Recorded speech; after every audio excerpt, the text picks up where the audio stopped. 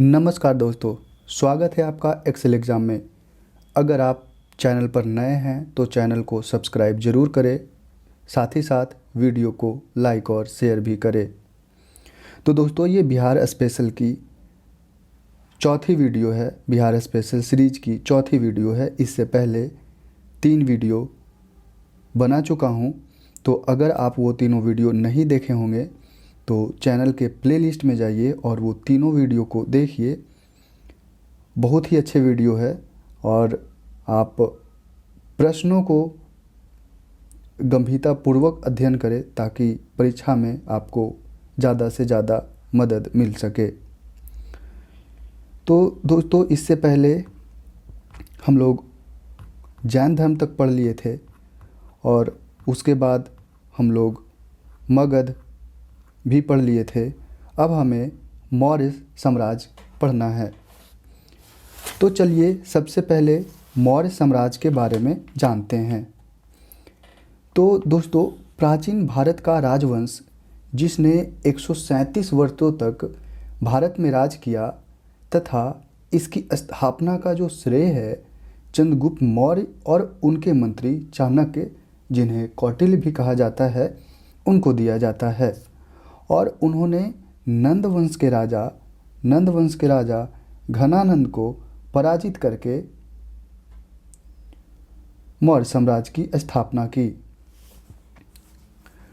तो दोस्तों, चंद्रगुप्त मौर्य का जन्म 345 ईस्वी पूर्व हुआ था और वह मगध की राजगद्दी पर 323 बीसी में यानी 323 ईस्वी पूर्व में बैठे थे। और मगध साम्राज्य भारतवर्ष के पूर्व में मगध राज्य में गंगा नदी के मैदानों से शुरू हुआ और अपने चरम विस्तार के समय लगभग संपूर्ण भारतीय उपमहाद्वीप पर अपना प्रभुत्व कायम किया। इसकी राजधानी पाटलिपुत्र थी, जो कि अब हम लोग पटना के नाम से जानते हैं। और हमें मौर्य राजवंश की जो जानकारी के प्रमुख ऐतिहासिक स्रोत हैं वो चाणक्य का अर्थशास्त्र हैं, विशाख दत्त की मुद्राक्षस है और मेगास्थनीज की इंडिका है। तो दोस्तों, ये सब मौर्य वंश के बारे में हमें इन सारे स्रोतों से जानकारी मिलती है। और सम्राट अशोक के स्तंभ लेख और शिलालेख से भी जानकारी मिलती है। तो चलिए अब शुरू करते हैं प्रश्न। तो दोस्तों, पहला प्रश्न है, मौर्य साम्राज्य का संस्थापक कौन था? तो चंद्रगुप्त मौर्य। अब अगला प्रश्न है, मौर्य साम्राज्य की राजधानी कहाँ थी? पाटलिपुत्रा। और चंद्रगुप्त मौर्य ने मगध की सत्ता किसकी सहायता से प्राप्त की? तो चाणक्य, इन्हें विष्णुगुप्त के नाम से भी जानते हैं, कौटिल्य के भी नाम से जानते हैं। और मौर्य साम्राज्य की स्थापना कब हुई?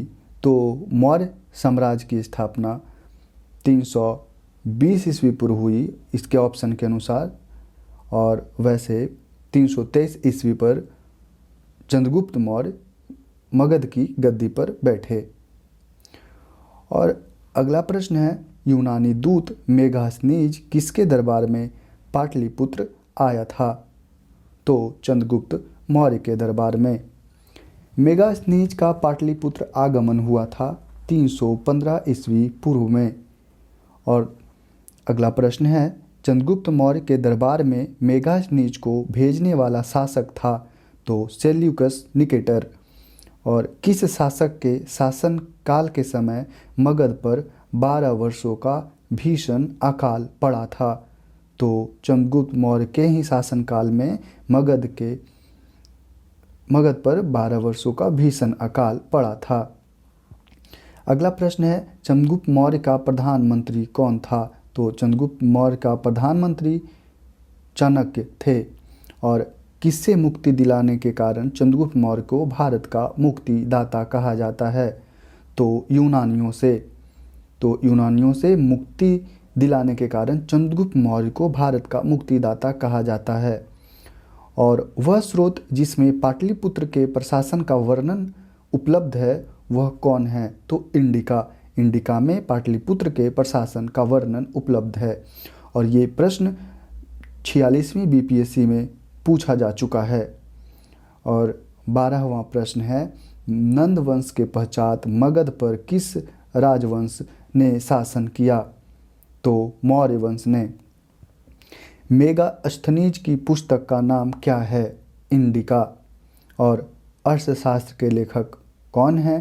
तो अर्थशास्त्र के लेखक कौटिल्य हैं। कौटिल्य का अन्य नाम चाणक्य एवं विष्णुगुप्त भी है।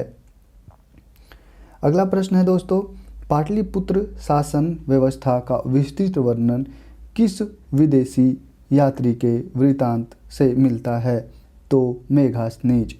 और चंद्रगुप्त मौर्य के उपरांत मौर्य साम्राज्य का शासक कौन बना? तो बिंदुसार।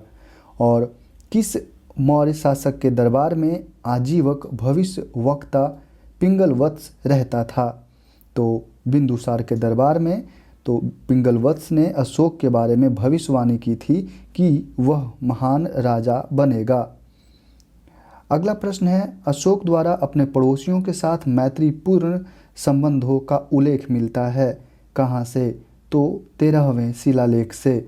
तो दोस्तों 13वें शिलालेख से अशोक द्वारा अपने पड़ोसियों के साथ महत्वपूर्ण संबंधों का उल्लेख मिलता है। और अगला प्रश्न है, तृतीय बौद्ध संगति का आयोजन किसके शासन काल में हुआ?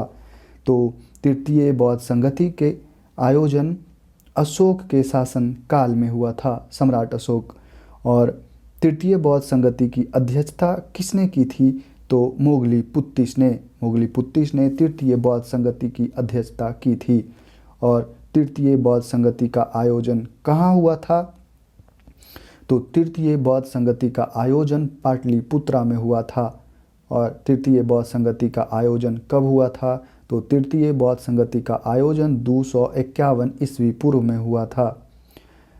किस मौर्य शासक ने कलिंग पर विजय प्राप्त की थी? तो आंसर होगा अशोक। अशोक ने कलिंग पर विजय प्राप्त करी थी।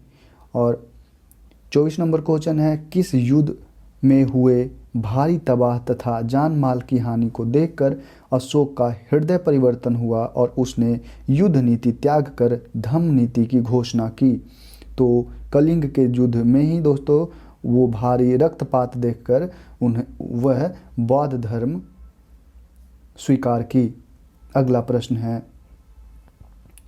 अशोक का धम्म था। तो अशोक का धम्म नैतिक आचार संहिता था। और अगला प्रश्न है, मौर्य साम्राज्य का केंद्रीय न्यायालय कहाँ स्थित है? तो मौर्य साम्राज्य का केंद्रीय न्यायालय पाटलिपुत्र में स्थित है। और अशोक ने अपने धम्म यात्रा के अंतर्गत सर्वप्रथम किस जगह की यात्रा की? तो बोधगया की। तो धम्म यात्रा में सर्वप्रथम अशोक ने बोधगया की यात्रा की। और अगला प्रश्न है, अशोक ने अपने धम्म यात्रा के अंतर्गत बोधगया की यात्रा अपने राज्याभिषेक के किस वर्ष में की थी? तो इसका उत्तर है 10वें वर्ष। तो 10वें वर्ष में अशोक ने अपने धम्म यात्रा के अंतर्गत बोधगया की यात्रा की थी। तो अगला प्रश्न है और 29वां प्रश्न है, अशोक के स्तंभ लेख बिहार के किस जिले से प्राप्त हुई है? तो चंपारण से। और अगला प्रश्न है, बिहार से प्राप्त होने वाले अशोक के स्तंभ लेख नहीं है। तो रुमिंदेई। बाकी लौरिया अरेराज, रामपुरवा और लौरिया नंदनगढ़ यहाँ पे अशोक के स्तंभ लेख यहाँ से प्राप्त हुए हैं। अगला प्रश्न है, अशोक के समय मौर्य साम्राज्य में 5 प्रांत का उल्लेख मिलता है। प्राची या प्राची प्रांत पूर्वी प्रदेश जो थी उसकी राजधानी कहाँ थी? तो उसकी राजधानी पाटलिपुत्रा थी। अगला प्रश्न है, पाटलिपुत्र में स्थित चंद्रगुप्त का महल मुख्यतः बना था। तो ये भी महत्वपूर्ण प्रश्न है। तो उसका महल लकड़ी का बना था। और चंद्रगुप्त मौर्य का राजप्रसाद स्थित था तो वो कुम्हरार पटना में। कुम्हरार से 80 स्तंभों वाला मौर्यकालीन सभागार या राजमहल का अवशेष मिला है। तो किस विद्वान ने चंद्रगुप्त मौर्य के राजप्रसाद में कहा है कि इनकी शान शौकत का मुकाबला न तो सूसा और न एक बेतना कर सकते हैं? तो एरियन ने कहा था कि चंद्रगुप्त मौर्य के राजप्रसाद की मुकाबला न तो सूसा और न बेतना कर सकते हैं। अगला प्रश्न है चंद्रगुप्त मौर्य के राजप्रसाद के बारे में किसने कहा है कि यह प्रसाद मानव कृति नहीं वरन देवों द्वारा निर्मित है? तो फाहियान ने। अगला प्रश्न है किस शासक ने गया के निकट बराबर की पहाड़ियों में आजीविकों के लिए गुफाओं का निर्माण करवाया था? तो अशोक ने। और यहाँ पे 4 गुफाओं का उन्होंने निर्माण करवाया था। तो सुदामा, ये चारों का नाम है सुदामा, विश्वझोपड़ी, चौपाड़ तथा कर्ण। अगला प्रश्न है गया के समीप नागार्जुनी पहाड़ियों में प्रसिद्ध गोपी गुफा का निर्माण किसने करवाया था? तो अशोक ने। इसका उत्तर है दशरथ। तो गया के समीप नागार्जुनी पहाड़ी में प्रसिद्ध गोपी गुफा का निर्माण दशरथ ने कराया था और दशरथ अशोक का पुत्र था। इसने नागार्जुनी पहाड़ियों में आजीविकों के लिए 3 गुफाओं का निर्माण करवाया था जिसमें गोपी गुफा भी सम्मिलित थी। अगला प्रश्न है मौर्यकालीन चामर ग्राहिणी यक्षी प्राप्त हुई है कहाँ से? तो ये दीदारगंज पटना से प्राप्त हुई है और इसे स्त्री रत्न का भी नाम दिया गया है। अगला प्रश्न है और 39वां प्रश्न बिहार के किस स्थान से मौर्य काल में बने जैन तीर्थंकरों की प्रतिमा प्राप्त हुई है? तो लोहानीपुर पटना से। और पाटलिपुत्र नगर निर्माण तथा सुंदरता का वर्णन किसने किया है? तो मेगास्थनीज ने। और अगला प्रश्न है पाटलिपुत्र को किस शासक ने सर्वप्रथम अपनी राजधानी बनाया? तो पाटलिपुत्र को सर्वप्रथम चाणक्य ने चंद्रगुप्त मौर्य ने अपनी राजधानी बनाया। और अगला प्रश्न है अशोक के शासनकाल में बौद्ध सभा किस नगर में आयोजित की गई थी? तो अशोक के शासनकाल में बौद्ध सभा पाटलिपुत्र में आयोजन की गई थी। यानी बौद्ध संगति का आयोजन, तृतीय बौद्ध संगति का आयोजन अशोक के समय में पाटलिपुत्र में हुआ था। किसके शासनकाल में मिस्र के राजा फिलाडेल्फस टालमी द्वितीय ने डियानीसियस नामक राजदूत को पाटलिपुत्र भेजा था? तो बिंदुसार के शासनकाल में। अगला प्रश्न है दोस्तों किस विद्वान के अनुसार चंद्रगुप्त मौर्य ने पालीब्रोथस यानी पाटलिपुत्रक उपनाम धारण किया था?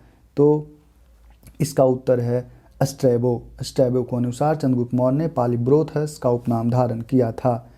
और यूनानी दूत डिमोलकेस का आगमन मगध के किस शासनकाल में हुआ था? किसके शासनकाल में हुआ था? तो बिंदुसार के शासनकाल में।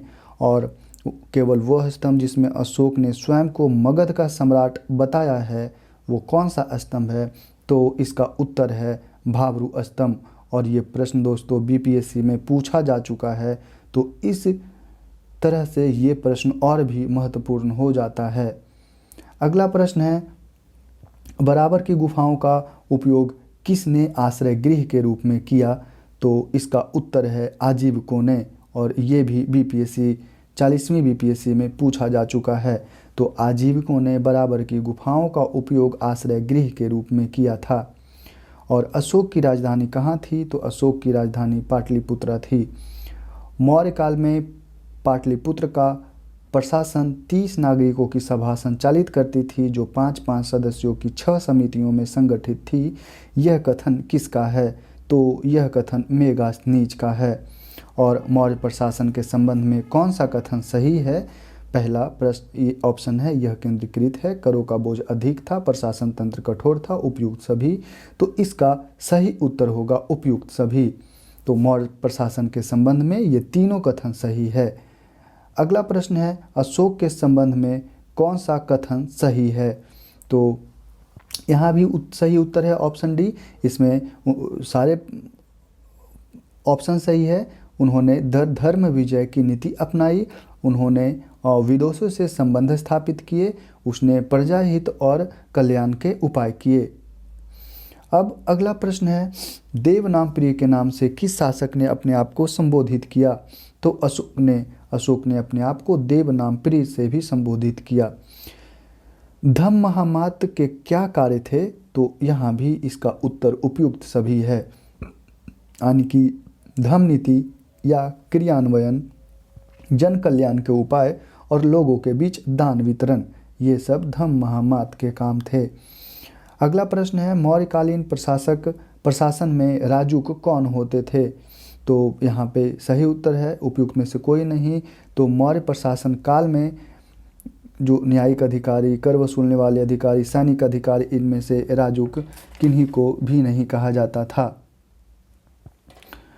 तो अगला प्रश्न है दोस्तों मौर्यकालीन विद्वानों में किनका नाम आता है? तो मौर्यकालीन विद्वानों में यहाँ पे पहला कौटिल्य है, दूसरा पाणिनि है और तीसरा उपावर्स है। तो यहाँ सही उत्तर है डी, यानी मौर्यकालीन विद्वानों में तीनों का नाम आता है, कौटिल्य भी और पाणिनि भी और उपावर्स भी। अगला प्रश्न है मौर्यकालीन स्थापत्य के सुंदर उदाहरण हैं। तो मौर्यकालीन स्थापत्य के सुंदर उदाहरण हैं पहला पाटलिपुत्र स्थित राजप्रसाद के अवशेष, दीदारगंज की अच्छी और बराबर की गुफाएं, और राजगीर की सोन भंडार की जो गुफा है वो हर्यक वंश से संबंधित है, अजातशत्रु से संबंधित है, ना कि मौर्य काल से। अगला प्रश्न है दोस्तों मौर्य अशोक की धम्म नीति की जानकारी मिलती है। तो अशोक की धम्म नीति की जानकारी ये द्वितीय स्तंभलेख से भी मिलती है और 7वें शिलालेख से भी मिलती है और 12 शिलालेख से भी मिलती है। तो इसका सही उत्तर है ऑप्शन डी। अशोक के किस अभिलेख में दान और धम्म दान के अंतर को स्पष्ट किया गया है? तो 9वें शिलालेख में। 9वें शिलालेख में दान और धम्म दान के अंतर को स्पष्ट किया गया है।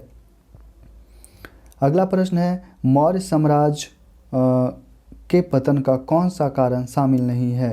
तो विदेशी आक्रमण, अयोग्य शासक, प्रांतीय विद्रोह, ये सारे दोस्तों मौर्य पतन के कारण है, मौर्य पतन का कारण है। लेकिन आर्थिक संकट ये ऑप्शन गलत है। तो यहाँ पे यह सही होगा क्योंकि क्वेश्चन में पूछा जा रहा है कि कौन से कारण शामिल नहीं है। तो मौर्य साम्राज्य के पतन के में जो कारण है वो आर्थिक संकट शामिल नहीं है। तो इसका सही उत्तर सी होगा। तो दोस्तों इस वीडियो में इतना ही। तो इस बिहार विशेष की श्रृंखला जारी रहेगी, इसी तरीके से आगे भी वीडियो आती रहेगी और ये पूरा बुक को वीडियो के माध्यम से करवा दिया जाएगा ताकि आप लोग के लिए बहुत ही लाभदायक सिद्ध हो। तो दोस्तों जितना ज़्यादा से ज़्यादा हो सके वीडियो को देखिए, शेयर करिए, चैनल को सब्सक्राइब करिए ताकि आपके लिए और अच्छे वीडियो बना सकूं। और अगर आपको किसी और बुक की वीडियो की ज़रूरत है तो आप हमें कमेंट बॉक्स में बताइए कि किस बुक को शुरू किया जाए। तो दोस्तों आज के लिए इतना ही, मिलते हैं फिर से नेक्स्ट वीडियो।